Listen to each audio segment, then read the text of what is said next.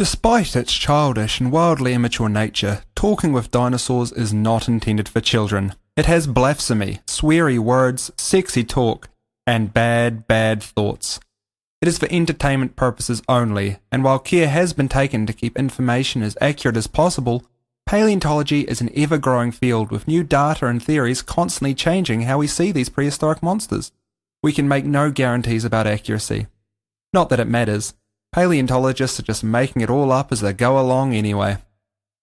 Also, Mum, I'm still very, very sorry.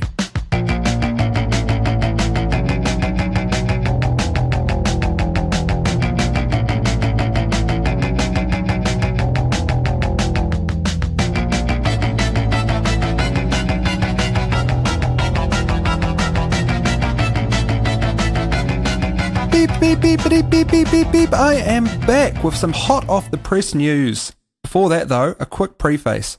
I wrote this episode a couple of weeks ago, before this news came out. I have chosen my dinosaur, I had some great jokes already, and then Universal Pictures espionage unit must have hacked my computer and found out, because they jumped my fucking gun, and leaked that they were putting this dinosaur in the gosh danged Jurassic Park film. Look, Universal, I get it. You want the film to be a success, and a great way to do that is to forge some assumed ties with the world's #1 rated comedy dinosaur podcast presented by a New Zealander. I can understand that. But if you had just reached out to me, we could forge some official ties. I wouldn't even ask for much. Some merch, a shout out, a 3.2% cut of the movie's gross box office take. That's all it would take. I'm not a greedy man.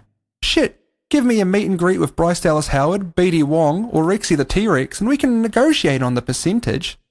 But now that you've effectively declared war, well, get your people to contact my people. I'm not an unforgiving man. Let's see where this goes. So what dinosaur has Universal seen fit to try and ride on my coattails with? Well, if you've been slamming the MF replay button on the new Jurassic World Fallen Kingdom trailer like I have, with the curtains closed and desperately hoping that your loved ones don't walk in and see what you're up to, then you'll probably have guessed that I mean the big, bad Baryonyx. For those of you unfamiliar with this most perfect of piscivores, while Baryonyx may sound like a lead singer of a late 70s British hard rock band, Baryonyx walkeri, which means strong talon, was an 8-metre long, 2.5 metre tall at the hip, 1-ton bipedal fish-devouring machine. Its name was derived from its huge, brutal claw on its first finger. From the Spinosauridae family, it was a cousin to the massive Spinosaurus. It actually looked a lot like a small version of the Spinosaurus from Jurassic Park 3, but didn't have that giant glowing weak spot of a spine on its back, and with the head a bit more like that of a gharial crocodile, or as it's more commonly known, the creepiest crocodile. I mean, not like a whole gharial, of course. It's not like a big theropod with a head shaped like a complete crocodile, legs and tail and all. Why would you think that? Ugh. Anyway, Baryonyx is a fairly recently discovered species, first found in 1983 by William Walker in a clay pit, who they nicely named the species after. William was an amateur fossil hunter, which is a polite way to say he would wander around quarries, randomly hitting rocks with a hammer and hoping a dinosaur bone would fall out, which is actually exactly what happened this time, unlikely enough. He picked up a rock, hit it with a hammer, and the massive claw that old Barry was named for fell out. He passed it on to some paleontologists at the Natural History Museum in London, who came down and found the rest of the bits. They didn't even break all of them. Some of them they did, yeah, but not all of them. Discovery caused a bit of a hubbub, as it was the first large theropod ever found from that period of the Cretaceous, and the first proper theropod find in the UK in over 100 years. Some considered it the find of the century. Good job, Willy boy. Baryonyx, or as I like to call it, Baz, is pretty famous for being a fish eater. It was at first only considered a piscivore because of the shape of its head. Some people believed that its jaws were too weak to hunt live prey and that it must have been a scavenger of some sort. But they're the sort of people that you shouldn't talk to. With the discovery of fish scales in old Bazo's tum-tum in 1997, it pretty much cemented Barry's place as the big wet bad boy of the early Cretaceous, though there is evidence that they ate land creatures as well. One had bits of a baby iguanodon in its tum-tum. In 1820, some teeth were found by our friend Gideon Mantell, which he thought belonged to a crocodile. In 1841, Richard Owen, our old arch-nemesis, decided that they belonged to a dinosaur he called Suchosaurus, which he decided looked exactly like every other bloody dinosaur he decided the shape of. which was pretty much a big chubby Komodo dragon. No further evidence was ever found for this creature, and it was largely forgotten. It was pretty unremarkable, except that the Suchosaurus teeth look extremely similar to Baryonyx teeth. If they did come from the same creature, then the giant nerds at the International Commission on Zoological Nomenclature might decide to try and rename Baryonyx to Suchosaurus. We can't let this happen. There aren't enough cool dinosaur names. They already tried to ruin Brontosaurus. They can't take Baryonyx from me. If they try, we must rise up in revolution, overthrow their cruel tyranny, and let us give all the dinosaurs badass names. I got worked up again, didn't I? Oh, sorry. Now, to rate Baryonyx. With its great name, historical importance, and general badassery, I'm going to have to give Baryonyx 10 delicious fishies out of 10. Now, back to that breaking news. A new species of theropod has been discovered from remains secretly smuggled out of Mongolia and sold to private collectors. We've had it investigated by paleontologists and radiographers in Europe. They all seem to think it's legit.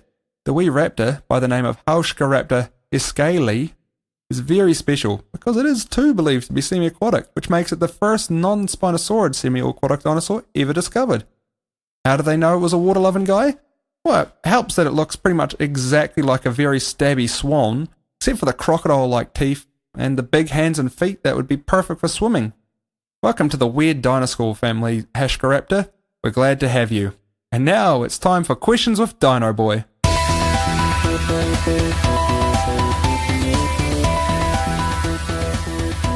Woo, I am back with another name for this stupid section. Let's get right to those questions.